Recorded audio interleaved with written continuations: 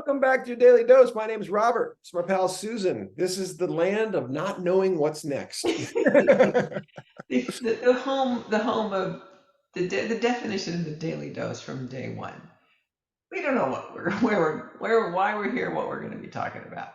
Yeah, well, you mentioned day one, and day one is an interesting dichotomy as we grow all things yes and. It's really where I feel we're strongly leaning, and I'm happily doing it because, improv is that thing that people who like it love it, and people who aren't sure are kind of scared, right? It's continually difficult to define, continually difficult to market. Storytelling, though, that's just like you just did. That's a Yeah. different reaction, It right? it Go pulls ahead.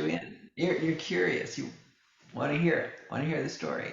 Well, and I think we all, even though I can make the argument you've heard me made before, we're all improvisers, we're all improvising.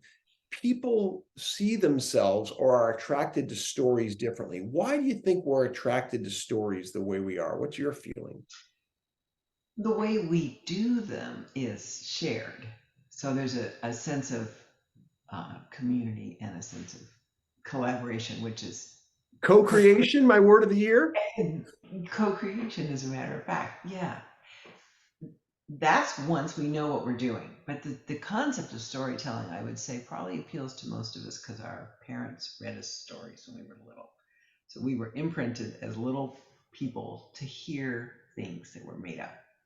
So there's a nature nurture thing. And, I think some anthropologists would go even deeper that we've done storytelling for so long that we're actually hardwired for it, right? That it's not just because our parents did it. That ritual is built upon thousands of years of social conditioning. We've been storytellers since the cave dwellers. With the painting on the walls. Yeah, yeah. Yeah. And again, not from, as some people might in a modern world that has much more relative comforts than the world of the caves, where the danger was much more immediate and life or death was truly at any given moment. Um, with our relative comfort and safety of this world, storytelling can sometimes be trivialized or thought to be minimized to be, oh, it's that thing to the side. It's, what those uber elites do in Hollywood or whatever, as opposed to looking at, well, actually, the story of how I burned my bagel is a story. The story of how my kid got an A in German after failing the first time is a story. The story of how I fell in love with my wife, right? Mm. We're all storytelling all the time, aren't we? Yes, yes, yes, yes.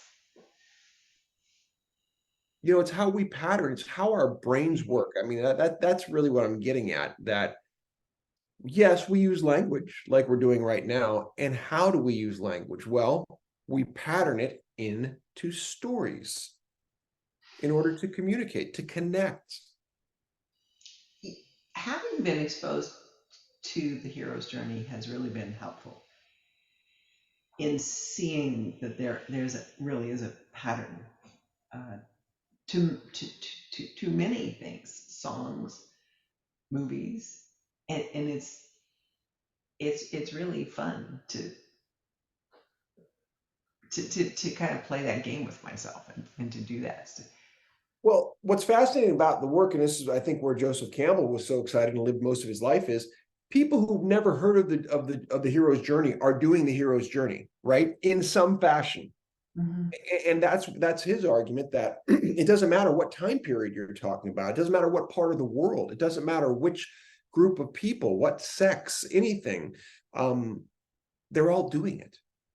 So that universality is why it's important to pay attention to. And then to Brene Brown it, Yes, yes. right? I was not sure we have time to go there. When I think of her and the word story, it's a completely different uh, meaning. And it's been really important to me to understand the concept of the stories we tell ourselves, the stories we carry around that are stories. We'll do And it. We will. I mean, we've got infinite time and space. YouTube's very kind to us. So another time we'll come back. In the meantime, please go to the website, check out the day one program at yesandexercise.org, because while we teach it for people with Parkinson's, it's an open universal thing. And we'd love to hear from you about how we could apply it for you. for See you you. next time. Or you.